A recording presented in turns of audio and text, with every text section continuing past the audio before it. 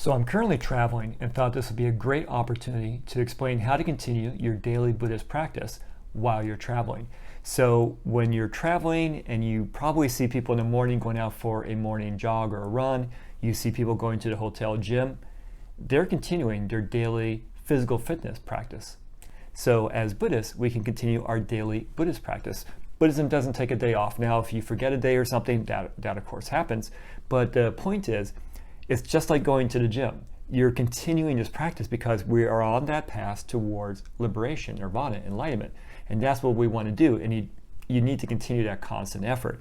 So at home, you may have an actual dedicated altar, maybe some books, a Buddha statue, all these different things, right?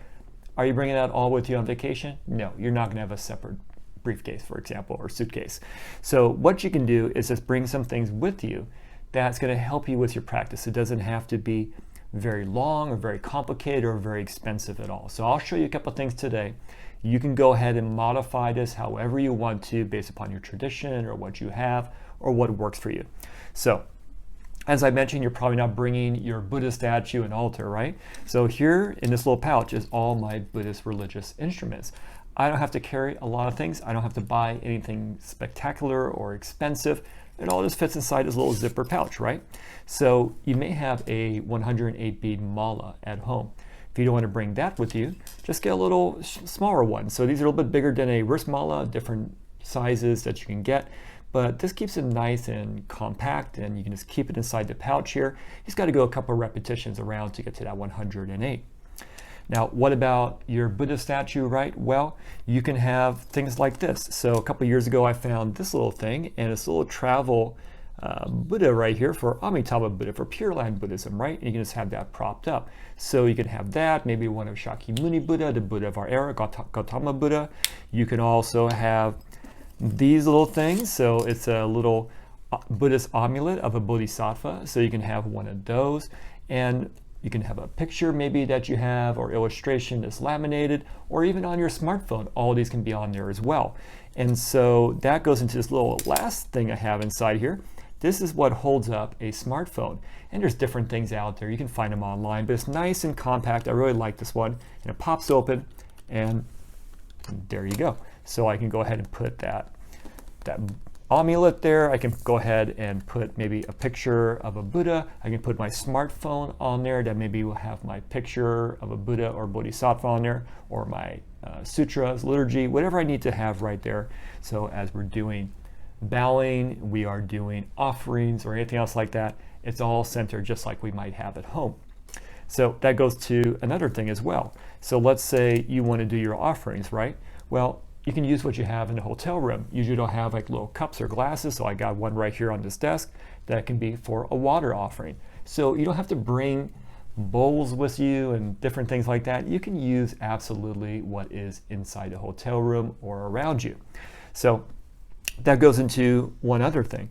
What about what you're going to do for your daily practice? So I'll put some stuff in the description of this video, but let's say you want to have a sutra to chant or recite.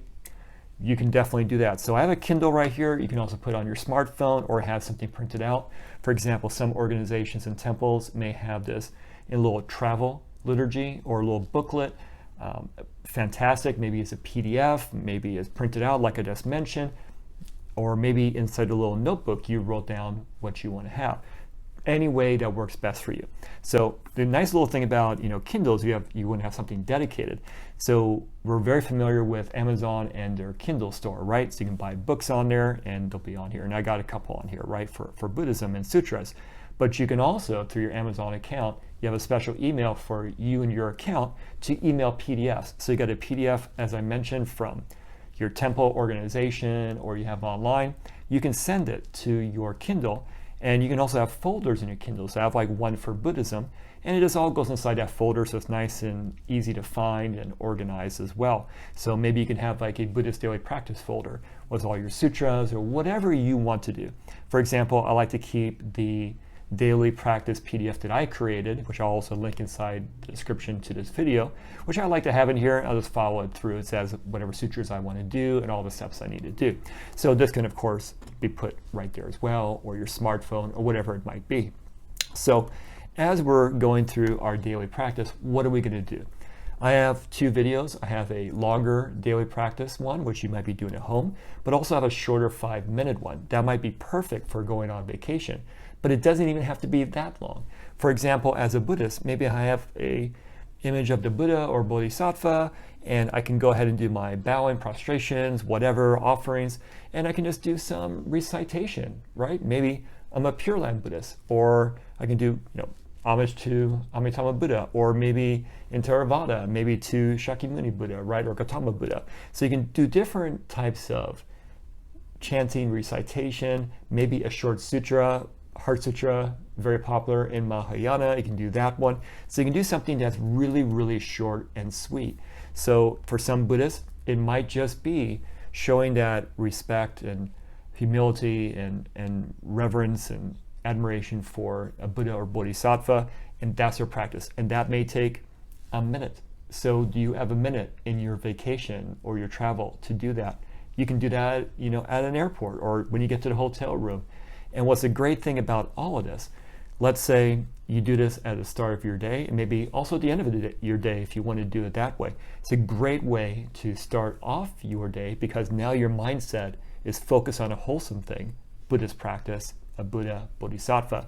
Sets you on the right mindset as you go out for the day. You can still have fun and everything else like that. And when you come back when your day is ending, you can do that again. It kind of sets, as a Buddhist, at the beginning and end of your day on the right path. So it's a great way to do this as a Buddhist when you're traveling. Doesn't have to be complex, doesn't have to be expensive.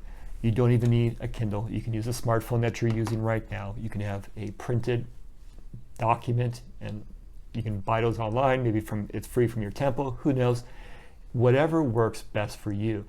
As you saw, it can take you a minute or less. It can take you maybe a couple minutes, but you don't have to do like an hour or 2 or whatever you might be doing at home. You're on vacation, you're traveling, business, whatever. Keep it short, keep it simple, but keep that constant commitment and effort. And you'll find out it's really not going to be a hassle. It's not going to impede on your vacation. It's not going to take too much time out. And you're going to feel good in one aspect about staying on that Buddhist path. Do you have any questions about a daily Buddhist practice while you're traveling? I'd like to hear from you in the comments below. You can also send me an email or a message from my website, lnpeto.com, or social media. And I'd like to hear back from you and help answer any questions you might have. And I look forward to talking with you in our next video. Thank you.